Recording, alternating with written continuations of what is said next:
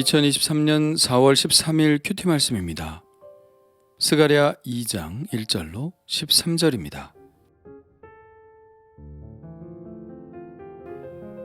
내가 또 눈을 들어 본즉 한 사람이 측량줄을 그의 손에 잡았기로 내가 어디로 가느냐 물은즉 그가 내게 대답하되 예루살렘을 측량하여 그 너비와 길이를 보고자 하노라 하고 말할 때에 내게 말하는 천사가 나가고 다른 천사가 나와서 그를 맞으며 이르되 너는 달려가서 그 소년에게 말하여 이르기를 예루살렘은 그 가운데 사람과 가축이 많으므로 성곽 없는 성읍이 될 것이라 하라.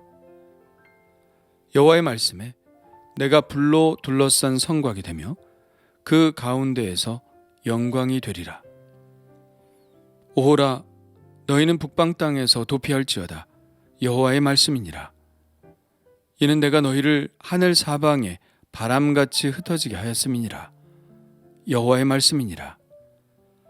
바벨론 성에 거주하는 시온아, 이제 너는 피할지니라. 만군의 여호와께서 이같이 말씀하시되 영광을 위하여 너희를 노력한 여러 나라로 보내셨나니 너희를 범하는 자는 그의 눈동자를 범하는 것이라.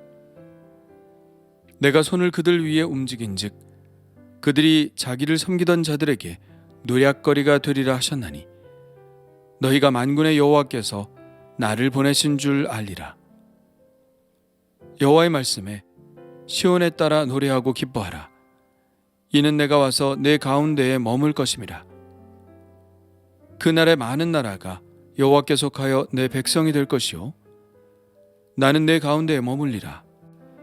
내가 만군의 여호와께서 나를 내게 보내신 줄 알리라. 여호와께서 장차 유다를 거룩한 땅에서 자기 소유를 삼으시고 다시 예루살렘을 택하시리니 모든 육체가 여호와 앞에서 잠잠할 것은 여호와께서 그의 거룩한 처소에서 일어나심이니라 하라 하더라. 아멘. 세 번째 환상에서는 측량줄을 잡은 한 사람이 등장합니다. 스가랴는 그 사람에게 어디로 가느냐고 묻자 그는 예루살렘을 측량하고 그 너비와 길이를 보고자 한다고 말합니다. 보통 측량은 건물을 짓기 전에 행하는 사전 작업이죠. 그러니까 분명 예루살렘 성전 건축과 관련된 환상이겠죠. 그런데 그때 지금까지 첫 번째와 두 번째 환상에 대해서 설명해 주던 천사가 나가는데 다른 천사가 나와서 그 천사를 맞이하며 말하기를 빨리 달려가서 그 측량줄을 잡고 있는 소년에게 이렇게 전하라고 합니다. 예루살렘은 그 가운데 사람과 가축이 많으므로 성곽 없는 성읍이 될 것이라. 측량줄을 잡고 예루살렘을 측량하는 환상도 좋은 예언일 것이지만 측량할 필요가 없다는 이 천사의 말은 더 좋은 예언입니다. 성곽은 그 안에 있는 사람들을 담는 그릇이죠. 그런데 만일 그 성곽 안의 사람들이 점점 늘어나게 된다면 그 사람들을 다 감당할 수 없는 그릇이 되겠죠. 스가랴는 첫 번째 환상에서 도시가 부흥하는 환상을 보게 되는데요. 17절에 이렇게 되어 있죠. 만군의 여호와의 말씀에 나의 성읍들이 넘치도록 다시 풍부할 것이라. 성곽 없는 성읍이 될 것이라는 말씀은 이 환상과 관련이 있는 것이죠. 사람과 가축이 점점 크게 늘어난다면 성곽을 무너뜨리고 또 지어야 하니 아예 성곽 없는 성읍이 될 것이라는 말씀이죠. 일찍이 에스겔 선지자도 이와 같은 예언을 한 적이 있는데요. 내가 그들의 수요를 양떼같이 많아지게 하되 제사 드릴 양떼 곧 예루살렘이 정한절기의 양무리 같이 황폐한 성읍을 사람의 떼로 채우리라. 그리한즉 그들이 나를 여호와인 줄 알리라 하셨느니라. 그러니까 하나님이 이루실 그 땅에 대한 부흥은 사람이 감히 측량할 수 없는 수준의 부흥이라는 것을 알 수 있습니다. 그렇다면 성곽이 없기 때문에 벌어지는 위험은 어떻게 감당할까요? 성곽이 없으면 성의 주민들이 보호되지 못할 텐데요. 그런데 그런 염려는 할 필요가 없을 것 같습니다. 하나님이 이렇게 말씀하셨거든요. 여호와의 말씀에 내가 불로 둘러싼 성곽이 되며 그 가운데에서 영광이 되리라. 마치 에덴 동산을 지키는 화염검처럼 하나님이 불로 성곽을 지키시며 그 안에서 거주하시면서 그들의 영광이 되실 것이니 걱정할 필요가 없다는 것이죠. 하나님 자신이 그들을 보호하시는 성곽이 되시겠다는 말씀입니다. 새롭게 세워질 예루살렘에 사람들이 이렇게 많이 모여 살게 될 텐데 어떤 사람들이 들어와서 살게 될까요? 우선은 포로로 끌려갔던 사람들이 돌아오게 될 것입니다. 6절에 오호라 너희는 북방 땅에서 도피할지어다 라고 말씀하고 있죠. 그리고 7절에 바벨론 성에 거주하는 시온아 이제 너는 피할지니라 라고 말씀하고 있습니다. 여기서 북방 땅과 바벨론은 같은 곳이라고 봅니다. 바벨론은 북방이 아니라 동쪽이라고 말할 수 있겠지만 바벨론에서 돌아오려면 유프라테스 강을 따라 위로 올라가서 북쪽에서 다시 내려와야 하기 때문에 이렇게 쓴 것이죠. 이미 지금까지 스룹바벨과 예수와 함께 5만 명 정도가 포로지로부터 돌아온 상태입니다. 이제 앞으로 2차 귀환, 3차 귀환이 이루어질 텐데 오늘의 이 말씀은 그들의 귀환을 독려하시는 말씀이죠. 왜 그들은 바벨론 땅에서 돌아와야 할까요? 바벨론이 곧 심판을 받게 될 것이기 때문입니다. 거기에 있다가는 그들도 또 어려움을 당할 수 있기 때문이죠. 8절과 9절이 그것을 이야기하는데요. 너희를 노략한 여러 나라로 보내셨나니 너희를 범하는 자는 그의 눈동자를 범하는 것이라. 내가 손을 그들 위에 움직인즉 그들이 자기를 섬기던 자들에게 노략거리가 되리라 하셨나니 너희가 만군의 여호와께서 나를 보내신 줄 알리라. 이 말씀 속에서 또 하나의 하나님의 사랑의 고백이 등장하는데요. 하나님께서 바벨론을 왜 노략거리가 되게 하시겠다고 말씀하시나요? 너희를 범하는 자는 그의 눈동자를 범하는 것이라 이 말씀에 나와 있죠. 이스라엘을 괴롭히는 자들은 하나님의 눈동자를 범하는 것과 같다는 말씀이죠. 이것은 하나님께서 이스라엘 백성들을 당신의 눈동자처럼 생각하신다는 말씀입니다. 이 말씀 어디선가 또 들어본 것 같지 않나요? 신명기에 보면 이런 말씀이 나오죠. 여호와께서 그를 황무지에서 짐승이 부르짖는 광야에서 만나시고 호위하시며 보호하시며 자기의 눈동자같이 지키셨도다. 하나님은 당신의 백성을 광야에서 보호하시는데 눈동자처럼 보호하신다고 말씀하십니다. 그렇다면 눈동자처럼 보호하신다는 말씀은 어떤 뜻일까요? 그것은 우리의 눈을 생각해 보면 되죠. 눈을 보호하는 것은 눈꺼풀입니다. 이 눈꺼풀이 우리의 눈동자를 얼마나 빨리 보호하는지 아시나요? 눈꺼풀의 반응 속도는 약 120m초라고 합니다. 0.1초에서 0.2초 사이라고 보면 되는데요.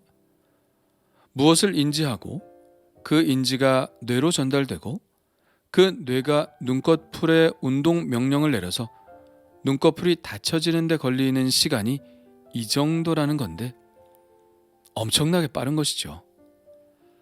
그러므로 하나님이 눈동자같이 지키신다는 말은 이렇게 신속하게 지키시고 보호하신다는 뜻입니다.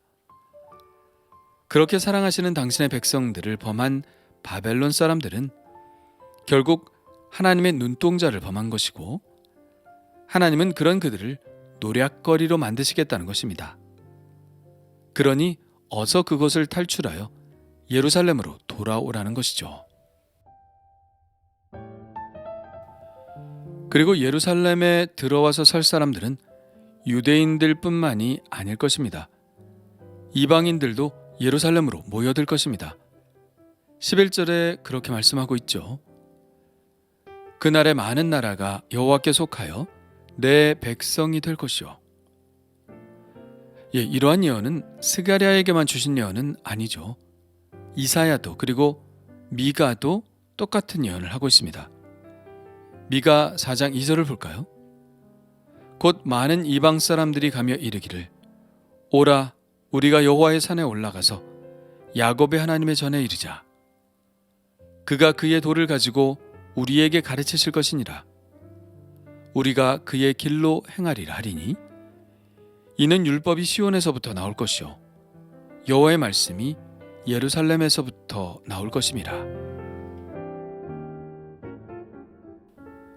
그렇게 많은 숫자의 사람들이 예루살렘 곧 시온으로 몰려드는 이유가 무엇일까요? 그 이유는 한 가지밖에 없습니다. 그곳에 하나님께서 거하실 것이기 때문이죠. 10절과 11절 말씀입니다. 여호와의 말씀에 시온에 따라 노래하고 기뻐하라. 이는 내가 와서 내 가운데에 머물 것임이라. 그날에 많은 나라가 여호와께 속하여 내 백성이 될 것이요 나는 내 가운데에 머물리라. 그런데 과연 이 말씀들이 이루어졌을까요? 그런 것 같아 보이지 않습니다. 예루살렘 성곽은 지어졌고 예루살렘에 많은 사람들이 살게 되기는 하였지만 성곽이 감당하지 못할 정도는 아니었습니다. 그리고 이방인들도 그렇게 많이 몰려들어 살지는 않았죠. 그렇다면 이 예언은 아직 이루어지지 않은 것일까요? 그렇지 않습니다. 이미 이 예언은 이루어졌고 또 이루어지고 있죠. 예수님은 당신이 십자가에 달려 돌아가시기 전에 헬라인 몇이 예수님을 찾아왔다는 소식을 듣고 이렇게 말씀하셨습니다. 인자가 영광을 얻을 때가 왔도다. 내가 땅에서 들리면 모든 사람을 내게로 이끌겠노라. 그 후 예수님이 십자가에 달려 돌아가시고 부활하신 후 승천하셨습니다. 그리고 120명의 예수님의 제자들이 예루살렘에 모여 기도할 때 성령께서 강림하셨죠. 오늘 스가랴 말씀 중에 내가 와서 내 가운데에 머물 것임이라. 나는 내 가운데에 머물리라. 라는 말씀이 실현된 것이죠. 그렇게 될 때 어떤 일이 일어났나요? 그 하나님의 권능의 머무름은 예루살렘을 뛰어넘게 하셨습니다. 예루살렘을 넘어 유대와 사마리아와 땅끝까지 복음이 퍼져나갔습니다. 이것이 바로 성곽이 필요가 없는 이유가 되겠죠. 이미 예수님은 예루살렘 성전을 무너뜨리라고 당신이 사흘 만에 다시 짓겠다고 말씀하셨습니다. 예수님이 생각하시는 하나님의 백성의 땅 시온은 이미 예루살렘이 아니었던 것이죠. 성령 강림 사건 때 그들이 받았던 방언의 의미도 바로 그것입니다. 전 세계의 말로 그들이 방언을 한 것은 이방인들을 당신의 백성으로 삼으시겠다는 하나님의 뜻이 반영된 것이죠. 그리고 그 뜻대로 많은 이방인들이 하나님께로 돌아오고 있습니다. 그러므로 이 스가랴의 예언은 유대 땅의 회복에만 국한된 예언이 아니라 바로 새로운 하나님의 백성, 곧 교회를 통한 회복을 말씀하고 있는 것이라는 사실을 알 수 있는 것이죠. 성곽이 없는 도시 어떤가요? 새 예루살렘은 바로 성곽이 없는 도시입니다. 하나님이 세우시는 교회는 이처럼 한계가 없는 교회입니다. 부흥의 폭발력이 예루살렘과 온 유대와 사마리아와 땅끝까지 이어지는 것이 교회입니다. 측량할 필요도 없고 측량이 가능하지 않은 것이 바로 교회입니다. 그렇다면 나의 생각은 어떤가요? 나의 생각은 이런 하나님의 끝없는 비전에 미치고 있나요? 나는 스스로 나의 성곽의 한계를 긋고 있는 것은 아닌가요? 나의 한계가 아니라 성곽 없는 예루살렘을 꿈꾸시는 하나님의 뜻을 따라가기를 원합니다. 그 한계 없음을 따라 나의 한계를 넘어서 하나님께서 향하시는 그 길을 따라가기를 원합니다.